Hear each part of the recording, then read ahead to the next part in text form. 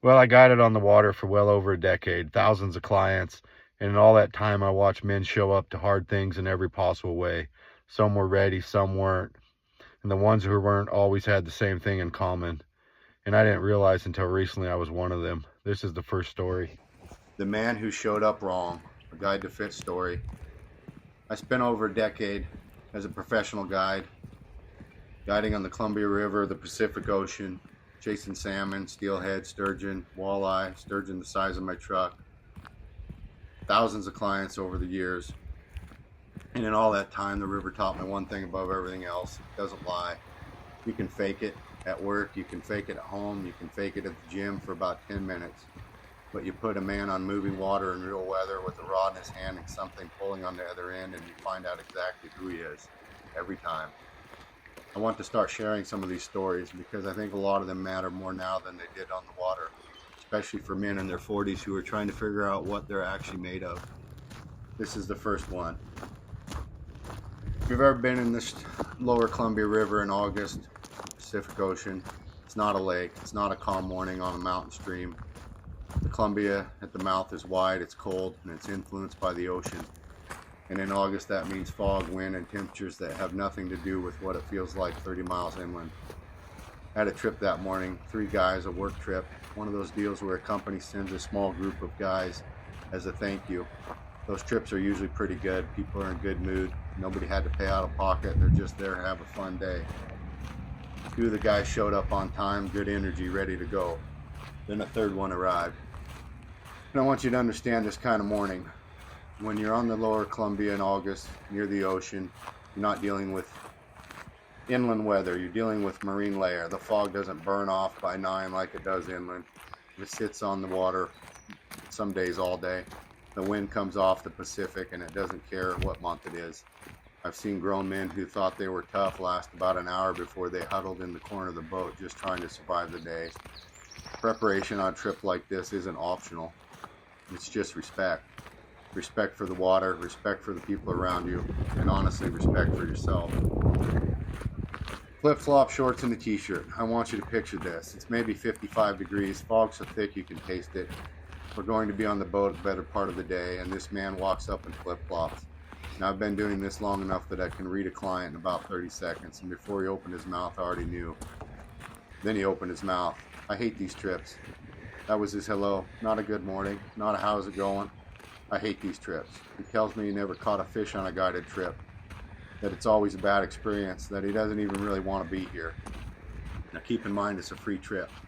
Someone thought enough of this man to bring him along as a thank you. And he's standing on my dock in flip-flops telling me how much he already hates it. Now here's where I'll tell you something about who I am. I'm not a yes man, I never was. Some guys will smile, nod, oh it'll be a great day, and spend a whole day managing someone's bad attitude, why it poisons the rest of the boat. That's not me. I looked at him and I said, and I'm going to paraphrase, but it's close. Well, a trip like this starts good by showing up prepared and having a positive attitude. And sir, wearing shorts and a t-shirt on the Columbia River in August is not smart. You have no coat, no rain gear. That's going to be a problem. He said, no, I'll be fine. I told him, no, you won't. But here we go anyway. And away we went. Now, the other 2 guys on the boat, they were great. Ready to fish, good attitude, asking questions, doing everything right. And I'll tell you something about guiding. When you have one person on the boat who already decided it's going to be a bad day, your job becomes damage control. You're not just guiding anymore. You're managing the emotional weather on top of the actual weather. I've done it 100 times, but this particular morning I made a decision. I wasn't going to manage him. I was going to be straight with him and let the river do the rest. About an hour into the trip, the fishing was slow. Not dead, just slow. The kind of slow that tests people. And he was already grumbling, saying it was him, that he kills the bite, that fishing always sucks when he's around. You ever been around someone like that, where their energy just sits in the whole group like a wet blanket? That's what's happening. And I pulled him aside, not to coddle him, and I said something I meant completely. Sir, with an attitude like that, fishing will always be bad for you. That's not the river, that's you. And then I said something I probably shouldn't have, but I don't regret it. I told him I'd bet by the end of the day that everyone on the boat would have their limit of fish except for you. You already know how this ends. Everyone got their fish, but he didn't. And I'll be honest with you, I didn't feel bad, not because I wanted him to fail, but because the river told the truth. It always does. He brought his excuses to the water, and the water gave it right back to him. His body told the story too. By mid-morning, he was cold and miserable. The flip-flops made it worse. He was physically uncomfortable for a day he could have been prepared for with a $40 rain jacket and a pair of closed shoes. He chose wrong before he even got on the boat. Now here's why I'm telling you this story. The man on the dock isn't a fishing story, he's a mirror.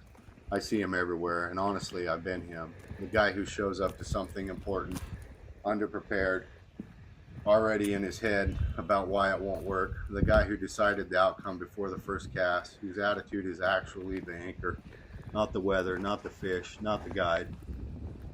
You can show up at the gym like that, to your marriage like that, to your own health like that. I've never caught a fish on a guided trip. Translation, I've already decided this won't work. It's not a fishing problem, that's a life problem. Now, after all these years of guiding, I look at myself and I think I've become a flip-flop guy in my own life.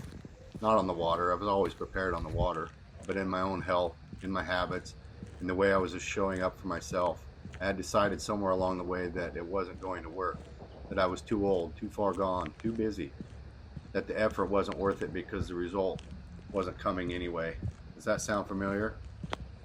The guys who catch fish, the ones I remember after all these years, weren't always the most athletic, weren't always the most experienced. They were the ones who showed up ready, who stayed curious when it was slow, who asked questions instead of making excuses, who were cold and fished anyway. The river rewards that. Life rewards that too. Maybe not the same day, but it does.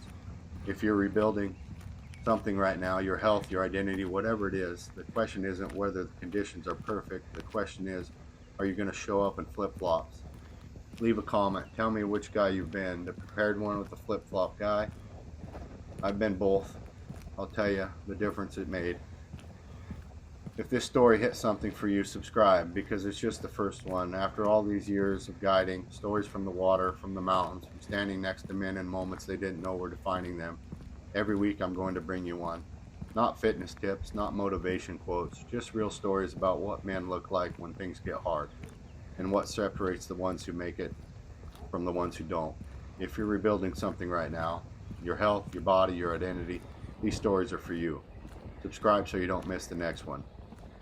And if today's story made you think of someone, a buddy, a brother, someone who needs to hear this, share it with them. I'll see you on the trail.